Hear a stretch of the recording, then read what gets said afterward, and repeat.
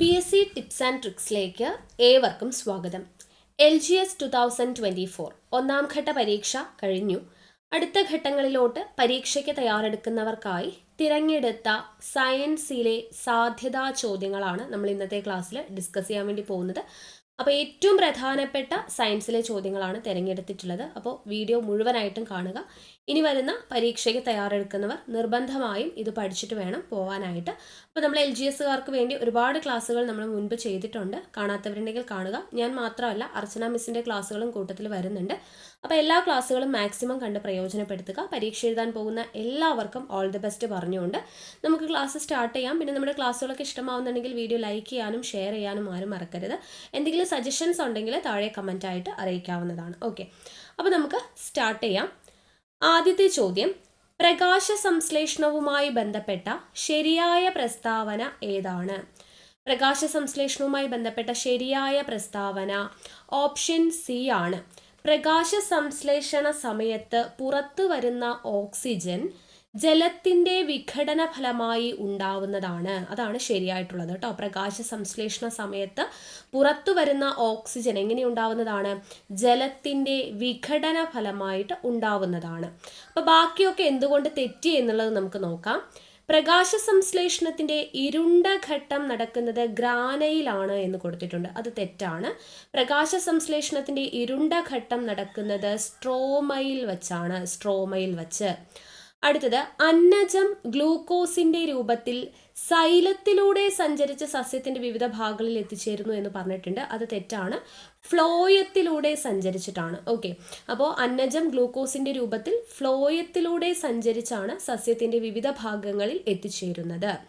അടുത്ത statement, ഹരിതകം A, ഹരിതകം B, carotene എന്നിവ പ്രകാശ സംശ്ലേഷണത്തിൽ പങ്കെടുക്കുന്നു എന്നാണ് കൊടുത്തിട്ടുള്ളത്.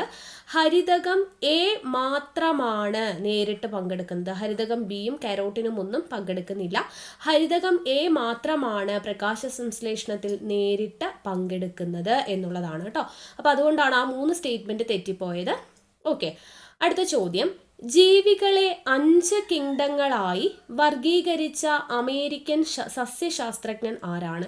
ജീവികളെ 5 കിങ്ഡങ്ങളായിട്ട് 5 കിങ്ഡം ക്ലാസിഫിക്കേഷൻ കണ്ടുപിടിച്ചത് ആരാണ്? ഏത് സസ്യശാസ്ത്രജ്ഞനാണ് എന്നാണ് ചോദിച്ചിരിക്കുന്നത്. ഉത്തരം ഓപ്ഷൻ ബി ആണ്. റോബർട്ട് എച്ച് വിറ്റാഗർ ആണ്. റോബർട്ട് എച്ച് വിറ്റാഗർ ആണ് 5 കിങ്ഡം ക്ലാസിഫിക്കേഷൻ കൊണ്ടുവന്നത്. ഓക്കെ, ഇനി നമുക്ക് ഇവിടെ തന്നിരിക്കുന്ന ഓപ്ഷൻസ് നോക്കുക. കാൾവൗസ് എന്ന് പറയുന്നത് ജീവികളെ 6 കിങ്ഡങ്ങളായിട്ട് വർഗീകരിച്ച ശാസ്ത്രജ്ഞനാണ്. ആര്? കാൾവൗസ് എന്ന് പറയുന്നത് 6 കിങ്ഡങ്ങളായി വർഗീകരിച്ച സസ്യശാസ്ത്രജ്ഞനാണ് കാൾവൗസ്. അതുപോലെ ജോൺ റേയുടെ പ്രത്യേകത, സ്പീഷീസ് എന്ന് പറയുന്ന പദം കൊണ്ടുവന്നത് ജോൺ റേ ആണെന്ന് ഓർത്തിരിക്കുക. കാൾലിനേസിന്റെ പ്രത്യേകത എന്താണ്? ആധുനിക വർഗീകരണ ശാസ്ത്രത്തിന്റെ പിതാവ് എന്നറിയപ്പെടുന്നത് കാൾലിനേസ് ആണ്. ആധുനിക വർഗീകരണ ശാസ്ത്രത്തിന്റെ പിതാവ് എന്നറിയപ്പെടുന്നത് കാൾലിനേസ് ആണെന്ന് ഓർത്തിരിക്കുക. അടുത്ത ചോദ്യം, വൃക്കയിൽ ജലത്തിന്റെ പുനരാകിരണത്തിന് സഹായിക്കുന്ന ഹോർമോൺ ഏതാണ്? വൃക്കയിൽ ജലത്തിന്റെ പുനരാകിരണത്തിന് സഹായിക്കുന്ന ഹോർമോൺ എന്ന് പറയുന്നത് ഓപ്ഷൻ സി ആണ്. ADH അറിയപ്പെടുന്ന മറ്റൊരു പേരെന്താണ്? ആന്റി ഡയൂററ്റിക് ഹോർമോൺ എന്ന് പറയുന്നതാണ് ADH അറിയപ്പെടുന്ന മറ്റൊരു പേരാണ് വാസോപ്രസിൻ. ഇപ്പോൾ വാസോപ്രസിൻ എന്ന ഓപ്ഷനിൽ കണ്ടാലും ADH എന്ന് പറഞ്ഞാലും ഒന്ന് തന്നെയാണ്. വൃക്കയിൽ ജലത്തിന്റെ പുനരാകിരണത്തിന് സഹായിക്കുന്ന ഹോർമോണാണ് ADH അഥവാ വാസോപ്രസിൻ എന്നുള്ളത് അറിഞ്ഞിരിക്കുക. അടുത്ത ചോദ്യം, എക്സിറ്റീവ് കൺസർവേഷനിൽ ഉൾപ്പെടാത്തത് ഏത്? എക്സിറ്റീവ് കൺസർവേഷനിൽ ഉൾപ്പെടാത്തത് ഓപ്ഷൻ ഡി ആണ്, നാഷണൽ പാർക്ക്. അപ്പോൾ എക്സിറ്റീവ് കൺസർവേഷനിൽ പെടുന്നത് ഏതൊക്കെയാ? Botanical garden, zoological garden, gene bank എന്നിവ എക്സിറ്റീവ് കൺസർവേഷനിൽ പെടുന്നവയാണ്. ഇനി നാഷണൽ പാർക്ക് എന്ന് പറയുന്നത് ഇൻസിറ്റീവ് കൺസർവേഷനിൽ പെടുന്നതാണ് നാഷണൽ പാർക്ക്. പിന്നെയോ വന്യജീവി സങ്കേതങ്ങൾ, അതുപോലെ കമ്മ്യൂണിറ്റി റിസർവ്, ബയോസ്ഫിയർ റിസർവ്, ഇതൊക്കെ എന്തിന് എക്സാമ്പിളാണ്? ഇൻസിറ്റീവ് കൺസർവേഷന് എക്സാമ്പിളാണെന്ന് ഓർത്തിരിക്കുക. അടുത്തത് ഹൃദയസ്പന്ദനം, ശ്വാസോച്ഛ്വാസം തുടങ്ങിയ അനൈച്ഛിക പ്രവർത്തനങ്ങളെ നിയന്ത്രിക്കുന്ന മസ്തിഷ്ക ഭാഗം ഏത്? ഹൃദയസ്പന്ദനം, ശ്വാസോച്ഛ്വാസം തുടങ്ങിയ അനൈച്ഛിക പ്രവർത്തനങ്ങളെ നിയന്ത്രിക്കുന്ന മസ്തിഷ്ക ഭാഗമാണ് മെഡുല്ല ഒബ്ലാങ്കേറ്റ. Medulla oblongata. ഇനി സെറിബ്രം എന്ന് പറയുന്നത് ഐച്ഛിക പ്രവർത്തനങ്ങളെ നിയന്ത്രിക്കുന്ന മസ്തിഷ്ക ഭാഗമാണ് സെറിബ്രം. അതായത് ചിന്ത, ബുദ്ധി, ഓർമ്മ എന്നിവയുടെ കേന്ദ്രം എന്നറിയപ്പെടുന്നത്, ഇന്ദ്രിയ അനുഭവങ്ങൾ ഉളവാക്കുന്നത്, ഇതൊക്കെ എന്താണ്? സെറിബ്രമാണ്. ഇന്ദ്രിയ അനുഭവങ്ങൾ ഉളവാക്കുന്നത്, ഓർമ്മ, ബുദ്ധി, ചിന്ത ഇവയുടെ എല്ലാം കേന്ദ്രം എന്നറിയപ്പെടുന്നത്, ഐച്ഛിക പ്രവർത്തനങ്ങളെ നിയന്ത്രിക്കുന്നത്, ഇതൊക്കെ സെറിബ്രമാണെന്ന് ഓർത്തിരിക്കുക. ദെൻ സെറിബല്ലത്തിന്റെ ഫംഗ്ഷൻ എന്താണ്? ശരീര തുലന നില പാലിക്കുന്നത്. ശരീര തുലന നില നിയന്ത്രിക്കുന്നത് ആരാണ്? സെറിബല്ലമാണ്. മദ്യം ബാധിക്കുന്ന തലച്ചോറിന്റെ ഭാഗം ചോദിച്ചാലും ഏതാണ്? സെറിബല്ലമാണ്. തലാമസിന്റെ ഫംഗ്ഷൻ എന്ന് പറയുന്നത് സെറിബ്രത്തിൽ നിന്നും സെറിബ്രത്തിലേക്കുമുള്ള ആവേഗങ്ങളുടെ പുനഃപ്രസരണ കേന്ദ്രമാണ്. സെറിബ്രത്തിൽ നിന്നും സെറിബ്രത്തിലേക്കുമുള്ള ആവേഗങ്ങളുടെ പുനഃപ്രസരണ കേന്ദ്രം എന്നറിയപ്പെടുന്നത് തലാമസ് ആണെന്ന് ഓർത്തിരിക്കുക. താഴെ കൊടുത്തിരിക്കുന്ന പ്രത്യേകതയുള്ള സസ്യകല ഏതാണ്? താഴെ കൊടുത്തിരിക്കുന്ന പ്രത്യേകതയുള്ള സസ്യകല, തന്നിരിക്കുന്ന പ്രത്യേകതകൾ നോക്കുക. കോശഭിത്തിയുടെ മൂലകളിൽ മാത്രം കട്ടികൂടിയ തരം കോശങ്ങൾ ചേർന്നത്. പിന്നെ സസ്യഭാഗങ്ങൾക്ക് വഴക്കവും താങ്ങും നൽകുന്നു. സജീവ സസ്യകല. ഈ പ്രത്യേകതകൾ ഉള്ളത് ഏതാണ്? ഏത് സസ്യകലയാണ് എന്ന് ചോദിച്ചാൽ കോളൻ കൈമയാണ്. കോശഭിത്തിയുടെ മൂലകങ്ങളിൽ മാത്രം കട്ടികൂടിയ തരം കോശങ്ങൾ ചേർന്നത്, സസ്യഭാഗങ്ങൾക്ക് വഴക്കവും താങ്ങും നൽകുന്നത്, സജീവ സസ്യകല എന്നിവ. ദെൻ പാരൻകൈമയുടെ പ്രത്യേകത ലഘുഘടനയുള്ള സസ്യകോശങ്ങളാണ് പാരൻകൈമ. ഓക്കെ, ലഘുഘടനയുള്ളതാണ്. മൃദുവായ സസ്യഭാഗങ്ങളിലാണ് കാണപ്പെടുന്നത്. മൃദുവായ സസ്യഭാഗങ്ങളിൽ കാണപ്പെടുന്നതാണ് പാരൻകൈമ. പ്രകാശ സംശ്ലേഷണത്തിനും ആഹാര സംഭരണത്തിനും സഹായിക്കുന്നു. പ്രകാശ സംശ്ലേഷണത്തിനും ആഹാര സംഭരണത്തിനും സഹായിക്കുന്നുണ്ട് ആര്? പാരൻകൈമ. ഇനി സ്ക്ലീറൻ കൈമ എന്ന് പറയുന്നത് നമ്മുടെ സസ്യങ്ങൾക്ക് താങ്ങും ബലവും നൽകുന്നു. സസ്യങ്ങൾക്ക് താങ്ങും ബലവും നൽകുന്നത് സ്ക്ലീറൻ കൈമയാണ്. കോശഭിത്തിയിൽ നല്ല കട്ടി കൂടിയ തരം കോശങ്ങൾ ചേർന്നതാണ് സ്ക്ലീറൻ കൈമ എന്ന് പറയുന്നത്. ഓക്കെ, അപ്പോൾ പാരൻ കൈമ, കോളൻ കൈമ, സ്ക്ലീറൻ കൈമ, ഇത് മൂന്നുമാണ് സസ്യകലകൾ എന്ന് പറയുന്നത്. പിന്നെ സൈലവും ഫ്ലോയും ഉണ്ട്. അപ്പോൾ അതിൽ പാരൻ കൈമയും കോളൻ കൈമയും സ്ക്ലീറൻ കൈമയും നമ്മളിപ്പോൾ പറഞ്ഞു ഓർത്തിരിക്കുക. അടുത്ത ചോദ്യം നോക്കുക. താഴെ കൊടുക്കുന്നവയിൽ പ്രകാശിക സാന്ദ്രത ഏറ്റവും കൂടിയ മാധ്യമം ഏതാണ്? പ്രകാശിക സാന്ദ്രത ഏറ്റവും കൂടിയ മാധ്യമം എന്ന് പറയുന്നത് വജ്രമാണ്. അപ്പോൾ നമുക്ക് തന്നിരിക്കുന്ന വജ്രം, ഗ്ലാസ്, ജലം, വായു ഇവയെ പ്രകാശിക സാന്ദ്രത കൂടിയതിൻ്റെ ക്രമത്തിൽ നമ്മൾ എഴുതാൻ വേണ്ടി പറഞ്ഞു കഴിഞ്ഞാൽ എഴുതുന്നത് എങ്ങനെയാണെന്ന് നോക്കാം. ആദ്യം ഏറ്റവും കൂടുതൽ പ്രകാശിക സാന്ദ്രതയുള്ളത് വജ്രത്തിനാണ്. വജ്രം ഈസ് ഗ്രേറ്റർ ദാൻ ഗ്ലാസിനാണ് അത് കഴിഞ്ഞ് വരുന്നത്. ദെൻ അത് കഴിഞ്ഞ് ജലമാണ്, അത് കഴിഞ്ഞാണ് വായു. അപ്പോൾ ഏറ്റവും കൂടുതൽ പ്രകാശിക സാന്ദ്രതയുള്ളത് വജ്രത്തിനാണ്. വജ്രം ഈസ് ഗ്രേറ്റർ ദാൻ ഗ്ലാസിനേക്കാളും വജ്രത്തിനാണ് കൂടുതൽ, ജലത്തിനേക്കാളും ഗ്ലാസിനാണ് കൂടുതൽ, വായുവിനേക്കാളും ജലത്തിനാണ് കൂടുതൽ. അപ്പോൾ ഇതാണ് ഓർഡർ എന്ന് പറയുന്നത്. പ്രകാശിക സാന്ദ്രത കൂടിയതിൽ നിന്നും കുറഞ്ഞതിലേക്ക് എഴുതാൻ വേണ്ടി പറഞ്ഞാൽ വജ്രം is greater than glass, is greater than ജലം, ഈസ് ഗ്രേറ്റർ ദാൻ വായു. ഈ ഓർഡറിലാണ് എഴുതേണ്ടത്. ഏറ്റവും കൂടിയ ആള് വജ്രമാണ്, കുറഞ്ഞ ആള് വായുവാണെന്ന് ഓർത്തിരിക്കുക. അടുത്ത ചോദ്യം, ജലത്തിലെ ക്രിട്ടിക്കൽ കോൺ എത്രയാണ്? ജലത്തിലെ ക്രിട്ടിക്കൽ കോൺ എന്ന് പറയുന്നത് 48.6 ഡിഗ്രിയാണ്. 48.6 ഡിഗ്രി.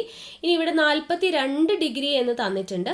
അത് ഗ്ലാസിൻ്റെ ക്രിട്ടിക്കൽ കോണാണെന്ന് ഓർത്തിരിക്കുക. ഗ്ലാസിൻ്റെ ക്രിട്ടിക്കൽ കോൺ എത്രയാണ്? 42 ഡിഗ്രി. ജലത്തിൻ്റേത് 48.6 ഡിഗ്രിയാണ്. അടുത്ത ചോദ്യം, നക്ഷത്രങ്ങൾ മിന്നിത്തിളങ്ങുന്നതിന് കാരണമായ പ്രകാശ പ്രതിഭാസം ഏത്?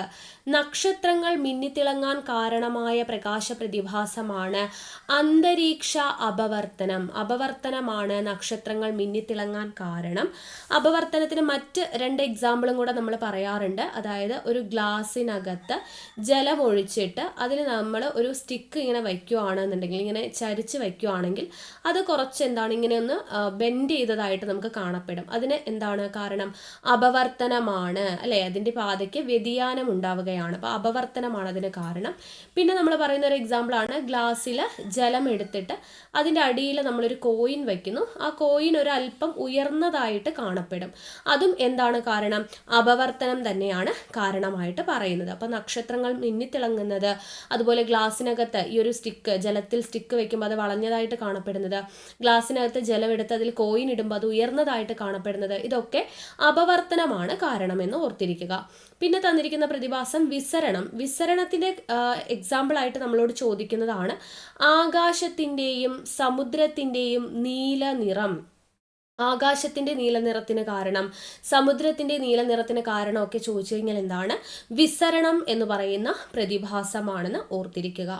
പിന്നെ ചോദിക്കുന്നതാണ് പ്രകീർണനം. പ്രകീർണനം എന്ന് പറയുന്നത് സൂര്യപ്രകാശം 7 ഘടകങ്ങളായിട്ട് വേർതിരിയുന്ന പ്രതിഭാസം ഏത് എന്ന് ചോദിച്ചു കഴിഞ്ഞാൽ പ്രകീർണനമാണെന്ന് ഓർത്തിരിക്കുക. സൂര്യപ്രകാശം 7 ഘടകങ്ങളായി മാറുന്ന പ്രതിഭാസമാണ് ഏത്? പ്രകീർണനം എന്ന് പറയുന്നത്. ഓർത്തിരിക്കുക, ഇമ്പോർട്ടൻ്റ് ആണ്. അടുത്ത ചോദ്യം, താഴെ കൊടുത്തിരിക്കുന്നവയിൽ ഏറ്റവും ക്ഷമത കൂടിയ ഇന്ധനം. ഏറ്റവും ക്ഷമത കൂടിയ ഇന്ധനം ഓപ്ഷൻ ഡി ആണ്, ഹൈഡ്രജൻ. ഹൈഡ്രജൻ ആണ് തന്നിരിക്കുന്നതിൽ ഏറ്റവും ക്ഷമത കൂടിയ ഇന്ധനം എന്ന് പറയുന്നത്. കൂടാതെ പ്രപഞ്ചത്തിൽ ഏറ്റവും കൂടുതലുള്ള മൂലകം ഏത് എന്ന് ചോദിച്ചു കഴിഞ്ഞാലും ഹൈഡ്രജൻ ആണ്. പ്രപഞ്ചത്തിൽ ഏറ്റവും കൂടുതലുള്ള മൂലകമാണ്. ഭാരം ഏറ്റവും കുറഞ്ഞ മൂലകം ചോദിച്ചാലും ഹൈഡ്രജൻ ആണ്. അപ്പോൾ ഏറ്റവും ക്ഷമത കൂടിയ ഇന്ധനം, അതുപോലെ പ്രപഞ്ചത്തിൽ ഏറ്റവും കൂടുതലുള്ള മൂലകം, ഭാരം കുറഞ്ഞ മൂലകം എല്ലാം ഏത് തന്നെയാണ്? ഹൈഡ്രജൻ ആണെന്ന് ഓർത്തിരിക്കുക. അടുത്തത്, സോളാർ സെല്ലിൽ നടക്കുന്ന ഊർജമാറ്റത്തിന് കാരണമായ പ്രതിഭാസം. സോളാർ സെല്ലിൽ നടക്കുന്ന ഊർജമാറ്റത്തിന് കാരണമായ പ്രതിഭാസമാണ് ഫോട്ടോ വോൾട്ടായിക് പ്രഭാവം. ഫോട്ടോ വോൾട്ടായിക് പ്രഭാവം. നമ്മുടെ രാജ്യത്ത് വിതരണത്തിന് ഉപയോഗിക്കുന്ന AC വൈദ്യുതിയുടെ ആവൃത്തി എത്രയാണ്? AC വൈദ്യുതിയുടെ ആവൃത്തി എന്ന് പറയുന്നത് 50 ഹെർട്സ് ആണ്. 50 ഹെർട്സ് ആണ് നമ്മുടെ രാജ്യത്ത് വിതരണത്തിന് ഉപയോഗിക്കുന്ന AC വൈദ്യുതിയുടെ ആവൃത്തി. അടുത്ത ചോദ്യം, ഒരു ആറ്റത്തിൻ്റെ ഒരു സബ്ഷെല്ലിൽ ഉൾക്കൊള്ളാവുന്ന പരമാവധി ഇലക്ട്രോണുകളുടെ എണ്ണം എത്രയാണ്? ഈ ഒരു ചോദ്യം PSC ഡിലീറ്റ് ചെയ്തു. കാരണം ഒരാറ്റത്തിൻ്റെ ഒരു സബ്ഷെല്ലിൽ എന്നേ കൊടുത്തിട്ടുള്ളൂ. അപ്പോൾ നമുക്കറിയാം ഏതൊക്കെയാണ് സബ്ഷെല്ലുകൾ. S ഉണ്ട്, P ഉണ്ട്, D ഉണ്ട്, F ഉണ്ട്. അപ്പോൾ ഈ 4 സബ്ഷെൽ ഉണ്ട്. അതിൽ S എന്ന് പറയുന്ന സബ്ഷെല്ലിൽ ഉൾക്കൊള്ളാവുന്ന പരമാവധി ഇലക്ട്രോണുകളുടെ എണ്ണം 2 ആണ്. ആ 2 നമുക്കിവിടെ ഓപ്ഷനിൽ കാണാൻ പറ്റും. Pയിൽ ഉൾക്കൊള്ളാവുന്ന പരമാവധി ഇലക്ട്രോണുകളുടെ എണ്ണം 6 ആണ്. ആ 6ഉം നമുക്കിവിടെ കാണാൻ പറ്റും. അടുത്തത് Dയിൽ ഉൾക്കൊള്ളാവുന്ന പരമാവധി ഇലക്ട്രോണുകളുടെ എണ്ണം 10 ആണ്. അതും നമുക്കിവിടെ കാണാൻ പറ്റും. അടുത്തത് Fയിൽ ഉൾക്കൊള്ളാവുന്ന പരമാവധി ഇലക്ട്രോണുകളുടെ എണ്ണം 14 ആണ്. അതും ഇവിടെ ഓപ്ഷനിലുണ്ട്. അപ്പോൾ നമുക്ക് ഈ പറയുന്ന 4 സബ്ഷെല്ലിലും ഉൾക്കൊള്ളാവുന്ന പരമാവധി ഇലക്ട്രോണുകളുടെ എണ്ണം തന്നിട്ടുണ്ട്. എന്നിട്ട് ഇവിടെ ഒരു സബ്ഷെല്ലിൽ എന്നാ കൊടുത്തിരിക്കുന്നത്. അപ്പോൾ നമുക്ക് കൺഫ്യൂഷൻ ആകും, അല്ലേ? അപ്പോൾ ഏതെങ്കിലും ഒരു സബ്ഷെല്ലിൻ്റെ പേര് പറഞ്ഞിട്ട് അതിൽ ചോദിച്ചു കഴിഞ്ഞാൽ നമുക്ക് കൃത്യമായിട്ട് ആൻസർ ചെയ്യാൻ വേണ്ടി പറ്റത്തുള്ളൂ. അപ്പോൾ ഓർത്തിരിക്കുക, S സബ്ഷെല്ലിൽ ഉൾക്കൊള്ളാവുന്ന പരമാവധി ഇലക്ട്രോണുകൾ 2, P സബ്ഷെല്ലിൽ ഉൾക്കൊള്ളാവുന്ന പരമാവധി ഇലക്ട്രോണുകൾ 6, D സബ്ഷെല്ലിൽ ഉൾക്കൊള്ളാവുന്ന പരമാവധി ഇലക്ട്രോണുകൾ 10, F സബ്ഷെല്ലിൽ ഉൾക്കൊള്ളാവുന്ന പരമാവധി ഇലക്ട്രോണുകളുടെ എണ്ണം 14 എന്നുള്ളത്. താഴെ കൊടുക്കുന്നവയിൽ സംക്രമണ മൂലകം ഏത്? സംക്രമണ മൂലകം ഓപ്ഷൻ ബി ആണ്, മാംഗനീസ്. മാംഗനീസ് ആണ് സംക്രമണ മൂലകം. അപ്പോൾ സംക്രമണ മൂലകം എന്നാൽ D ബ്ലോക്ക് എലമെന്റ്സ് ആണ്. D ബ്ലോക്ക് എലമെന്റ്സ് ആണ് സംക്രമണ മൂലകങ്ങൾ. അപ്പോൾ ബാക്കിയുള്ളതൊക്കെ ഈ ഹൈഡ്രജൻ എന്ന് പറയുന്നത് ഏതിൽ വരുന്നതാണ്? ഹൈഡ്രജൻ S ബ്ലോക്കിൽ വരുന്നതാണ്. പിന്നെ ക്ലോറിൻ ഉണ്ട്, അതുപോലെ ആർഗൺ ഉണ്ട്. ഈ ക്ലോറിനും ആർഗണും പി ബ്ലോക്കിൽ വരുന്ന മൂലകങ്ങളാണ്. മാംഗനീസ് ആണ് ഡി ബ്ലോക്കിൽ വരുന്നത്. അപ്പോൾ ഡി ബ്ലോക്ക് മൂലകങ്ങളെയാണ് നമ്മൾ എന്തെന്ന് പറയുന്നത്, സംക്രമണ മൂലകങ്ങൾ എന്ന് പറയുന്നത്. അപ്പോൾ അതിൽ വരുന്നതാണ് scandium, titanium, vanadium, chromium, manganese, iron, nickel, copper, zinc, silver, cadmium. ഇതൊക്കെ ഏത് വരുന്നതാണ്, ഡി ബ്ലോക്ക് എലമെന്റ്സ് ആണ് കേട്ടോ. Scandium, titanium, vanadium, chromium, manganese, iron, nickel, copper, zinc, silver, cadmium, ഇതെല്ലാം ഡി ബ്ലോക്ക് മൂലകങ്ങളാണ് അല്ലെങ്കിൽ സംക്രമണ മൂലകങ്ങളാണ്. അടുത്ത ചോദ്യം, ഒരു വാതകത്തിന്റെ വ്യാപ്തവും തന്മാത്രകളുടെ എണ്ണവും തമ്മിൽ ബന്ധിപ്പിക്കുന്ന നിയമം ഏതാണ്? ഒരു വാതകത്തിന്റെ വ്യാപ്തവും തന്മാത്രകളുടെ എണ്ണവും തമ്മിൽ ബന്ധിപ്പിക്കുന്ന നിയമമാണ് ഓപ്ഷൻ സി അവഗാഡ്രോ നിയമം. അതായത് V is directly proportional to N എന്ന് പറയുന്നതാണ് അവഗാഡ്രോ നിയമം. വ്യാപ്തവും തന്മാത്രകളുടെ എണ്ണവും തമ്മിലാണ് ബന്ധിപ്പിക്കുന്നത്, അവഗാഡ്രോ നിയമം. ഇനി ബോയിൽ നിയമത്തിന്റെ ഇക്വേഷൻ എന്താ? ബോയിൽ നിയമം പറയുന്നത് ടെമ്പറേച്ചർ സ്ഥിരമായിരിക്കുമ്പോൾ, ഊഷ്മാവ് സ്ഥിരമായിരിക്കുമ്പോൾ ഒരു വാതകത്തിന്റെ മർദ്ദം എന്ന് പറയുന്നത് അതിന്റെ വ്യാപ്തത്തിന് വിപരീത അനുപാതത്തിലായിരിക്കും. അതായത് P is directly proportional to 1/v ആണ് കേട്ടോ. അപ്പോൾ P is inversely proportional to V എന്ന് പറയാം, അല്ലെങ്കിൽ P is directly proportional to 1/v. ഇതാണ് ബോയിൽ നിയമത്തിന്റെ ഇക്വേഷൻ. ഇനി ചാൾസ് നിയമം പറയുന്നത് എന്താണ്? മർദ്ദം സ്ഥിരമായിരിക്കുമ്പോൾ ഒരു വാതകത്തിന്റെ വ്യാപ്തം എന്ന് പറയുന്നത് ഊഷ്മാവിന് നേരനുപാതത്തിലായിരിക്കും. അതായത് V is directly proportional to T എന്ന് പറയുന്നതാണ്. അവിടെ പി ആണ് constant. V is directly proportional to T എന്ന് പറയുന്നതാണ് ചാൾസ് നിയമം എന്ന് പറയുന്നത്. അപ്പോൾ ഈ 3 ഇക്വേഷനും ഓർത്തിരിക്കുക. അടുത്ത ചോദ്യം, സ്വയം ഓക്സീകരണ നിരോക്സീകരണ പ്രവർത്തനം വഴി വേർതിരിയുന്ന ലോഹം ഏതാണ്? സ്വയം ഓക്സീകരണ നിരോക്സീകരണ പ്രവർത്തനം വഴി വേർതിരിയുന്ന ലോഹമാണ് കോപ്പർ. അടുത്തത്, ഒലിയം എന്നത് ഏത് ആസിഡിന്റെ ഗാഢത കൂടിയ രൂപമാണ്? ഒലിയം എന്നത് ഏത് ആസിഡിന്റെ ഗാഢത കൂടിയ രൂപമാണ്? സൾഫ്യൂരിക് ആസിഡിന്റെ ഗാഢത കൂടിയ രൂപമാണ് ഒലിയം. അപ്പൊ സൾഫ്യൂരിക് ആസിഡ് എന്നാൽ H2SO4 ആണ് അല്ലെ. അപ്പൊ സൾഫ്യൂരിക് ആസിഡിന്റെ കൂടെ സൾഫർ ട്രൈ ഓക്സൈഡ് മിക്സ് ചെയ്യുമ്പോൾ, സൾഫർ ട്രൈ ഓക്സൈഡ് എന്നാൽ SO3, സൾഫ്യൂരിക് ആസിഡിന്റെ കൂടെ സൾഫർ ട്രൈ ഓക്സൈഡ് ചേരുന്ന സമയത്താണ് എന്തുണ്ടാവുന്നത്? ഒലിയം എന്ന് പറയുന്നത് H2S2O7 ആണ്. H2S2O7 ആണ് ഒലിയം എന്ന് പറയുന്നത്. അപ്പോൾ സൾഫ്യൂരിക് ആസിഡിന്റെ കൂടെ സൾഫർ ട്രൈ ഓക്സൈഡ് ചേരുമ്പോഴാണ് ഒലിയം ഉണ്ടാവുന്നത്, H2S2O7 ഉണ്ടാവുന്നത്. ഇനി സൾഫ്യൂരിക് ആസിഡ് എന്ന് പറയുന്നതിന്റെ ഉപയോഗം, നമ്മൾ സ്റ്റോറേജ് ബാറ്ററിയിൽ ഉപയോഗിക്കുന്ന ആസിഡ് ഏതെന്ന് ചോദിക്കും. സൾഫ്യൂരിക് ആസിഡ് ആണ്. സ്റ്റോറേജ് ബാറ്ററിയിൽ ഉപയോഗിക്കുന്ന ആസിഡ് ഏതാണ്? സൾഫ്യൂരിക് ആസിഡ് ആണ്. സൾഫ്യൂരിക് ആസിഡിന്റെ നിർമ്മാണ പ്രക്രിയ അറിയപ്പെടുന്ന പേരെന്താണ്? കോണ്ടാക്ട് പ്രോസസ് അഥവാ സമ്പർക്ക പ്രക്രിയ എന്നാണ് അറിയപ്പെടുന്നത്. സൾഫ്യൂരിക് ആസിഡിന്റെ നിർമ്മാണ പ്രക്രിയ സമ്പർക്ക പ്രക്രിയ എന്ന പേരിൽ അറിയപ്പെടുന്നു. പിന്നെ അവിടെ ചോദിക്കുന്ന ചോദ്യമാണ്, സൾഫ്യൂരിക് ആസിഡിന്റെ നിർമ്മാണ പ്രക്രിയയിൽ ഉൽപ്രേരകമായിട്ട് ഉപയോഗിക്കുന്നത് ഏതാണ്? ഉൽപ്രേരകമായിട്ട് ഉപയോഗിക്കപ്പെടുന്നത് V2O5, അതായത് വനേഡിയം പെൻഡോക്സൈഡ് ആണ്. V2O5 അഥവാ വനേഡിയം പെൻഡോക്സൈഡ് ആണ് സമ്പർക്ക പ്രക്രിയയിൽ, സൾഫ്യൂരിക് ആസിഡിന്റെ നിർമ്മാണ പ്രക്രിയയിൽ ഉൽപ്രേരകമായി ഉപയോഗിക്കുന്നത് എന്നുള്ളത് ഓർത്തിരിക്കുക. അടുത്ത ചോദ്യം, കലാമിൻ എന്നത് ഏത് ലോഹത്തിന്റെ അയിരാണ്? കലാമിൻ എന്ന് പറയുന്നത് ഏതിന്റെ അയിരാണ്? സിങ്കിന്റെ അയിരാണ്. അപ്പോൾ സിങ്കിലൊക്കെ ഇട്ട് നമ്മൾ കലമൊക്കെ കഴുകുന്നുള്ള രീതിയിൽ കോഡൊക്കെ ഉപയോഗിച്ച് പഠിച്ചിട്ടുണ്ട്. കലാമിൻ എന്നത് സിങ്കിന്റെ അയിരാണെന്ന് ഓർത്തിരിക്കുക. താഴെ കൊടുക്കുന്നവയിൽ ഏത് അയിരാണ് ലീച്ചിങ് പ്രക്രിയ വഴി സാന്ദ്രണം നടത്തുന്നത്? ലീച്ചിങ് പ്രക്രിയ വഴി സാന്ദ്രണം നടത്തുന്നത് അലൂമിനിയത്തിന്റെ അയിരായ ബോക്സൈറ്റ് ആണ്. ബോക്സൈറ്റ്. ഇനി നമുക്ക് ഉരുക്കി വേർതിരിക്കൽ എന്ന് പറയുന്ന പ്രോസസ്സ് ഉണ്ട്. ഉരുക്കി വേർതിരിക്കൽ അതുവഴി നടത്തുന്നത് ടിന്ന്, ലെഡ് എന്നിവയുടെ സാന്ദ്രണമാണ്. ടിന്ന്, ലെഡ് എന്നീ ലോഹങ്ങളുടെ വേർതിരിക്കലിനാണ് ഉരുക്കി വേർതിരിക്കൽ എന്ന് പറയുന്ന പ്രോസസ്സാണ് അവിടെ ഉപയോഗിക്കുന്നത്. ദെൻ സ്വേദനം എന്ന് പറയുന്ന പ്രോസസ്സ് വഴി നമ്മൾ വേർതിരിക്കുന്നത് സിങ്ക്, കാഡ്മിയം, മെർക്കുറി എന്നിവയാണ്. സിങ്ക്, കാഡ്മിയം, മെർക്കുറി എന്നിവയുടേതാണ് സ്വേദനം നമ്മൾ ഉപയോഗിക്കുന്നത്. അതുപോലെ തന്നെ ഇലക്ട്രോളിസിസ്, അതായത് വൈദ്യുത വിശ്ലേഷണം അഥവാ ഇലക്ട്രോളിസിസ് എന്ന് പറയുന്ന പ്രോസസ്സിലൂടെ വേർതിരിക്കുന്നത് ഏതാണ്? കോപ്പർ ആണ്. കോപ്പറിൻ്റെ സാന്ദ്രണത്തിനാണ് ഉപയോഗിക്കുന്നത് ഇലക്ട്രോളിസിസ് എന്ന് പറയുന്നത്. ഇമ്പോർട്ടൻ്റ് ആണ് കേട്ടോ. അടുത്ത ചോദ്യം, ആൽക്കീനുകളുടെ പൊതുവാക്യം എന്ത്? ആൽക്കീനുകളുടെ പൊതുവാക്യം എന്ന് പറയുന്നത് ഓപ്ഷൻ ബി ആണ്, CnH2n ആണ്. CnH2n. അപ്പോൾ എന്താണ് ആൽക്കീൻ എന്ന് പറയുന്നത്? അപ്പോൾ നമുക്ക് നോക്കാം. കാർബൺ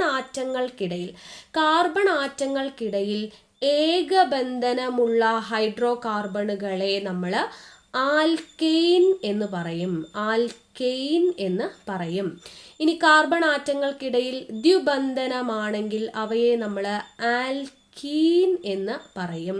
ഇനി കാർബൺ ആറ്റങ്ങൾക്കിടയിൽ ത്രിബന്ധനമാണെങ്കിൽ നമ്മൾ അവയെ ആൽക്കൈൻ എന്നാണ് പറയുക.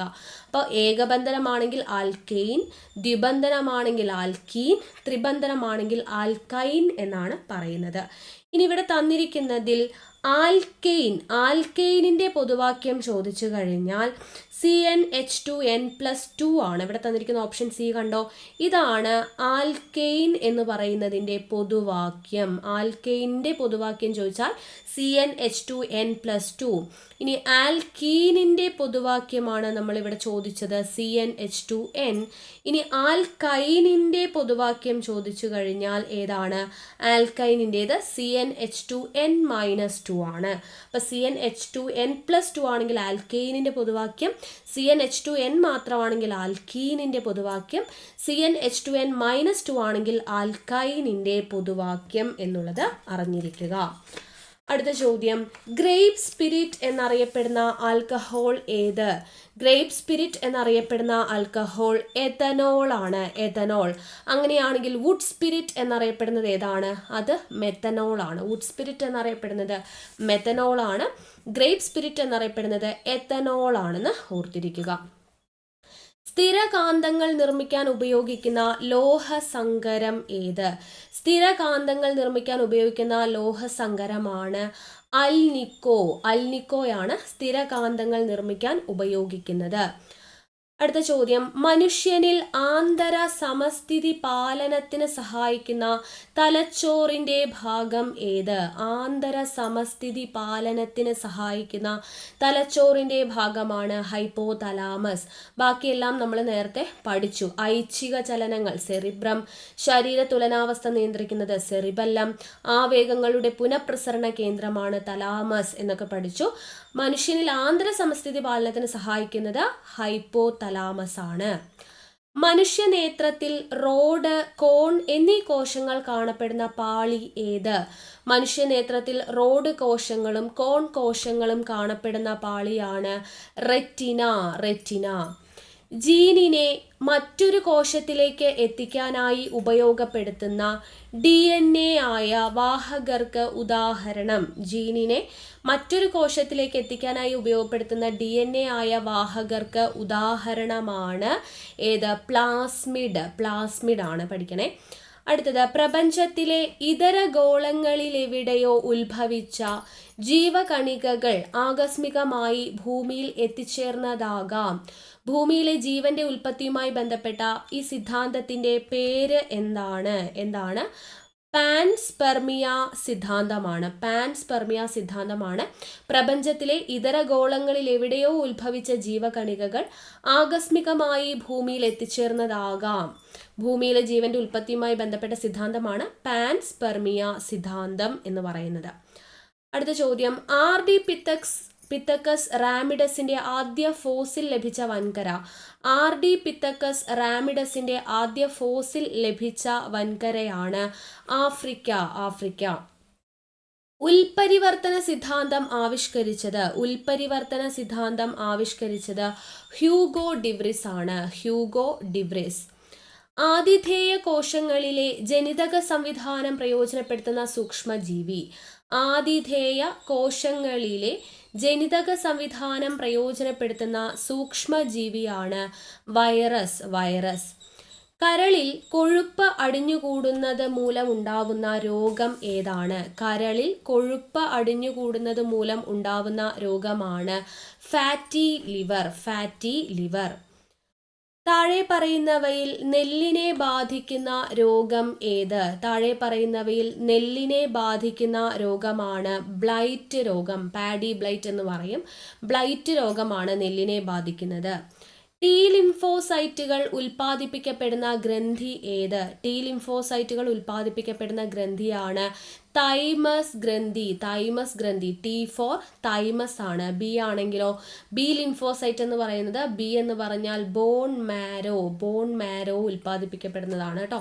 അപ്പോൾ ബോൺ മാരോയിലാണെങ്കിൽ ബി ലിംഫോസൈറ്റ്, തൈമസ് ആണെങ്കിൽ ടി ലിംഫോസൈറ്റ് എന്നാണ് അറിയപ്പെടുന്നത്. ഓക്കെ, അപ്പോൾ ഇത്രയുമാണ് നമ്മുടെ ഇന്നത്തെ സയൻസ് ചോദ്യങ്ങൾ. ഏറ്റവും പ്രധാനപ്പെട്ട ചോദ്യങ്ങളാണ് ഡിസ്കസ് ചെയ്തത്. അപ്പോൾ നിങ്ങൾക്കിത് യൂസ്ഫുൾ ആയി എന്ന് ഞാൻ വിചാരിക്കുന്നു. അപ്പോൾ വീണ്ടും പരീക്ഷയ്ക്ക് ആവശ്യമായിട്ടുള്ള മറ്റൊരു ക്ലാസ്സുമായിട്ട് കാണാം. Thank you.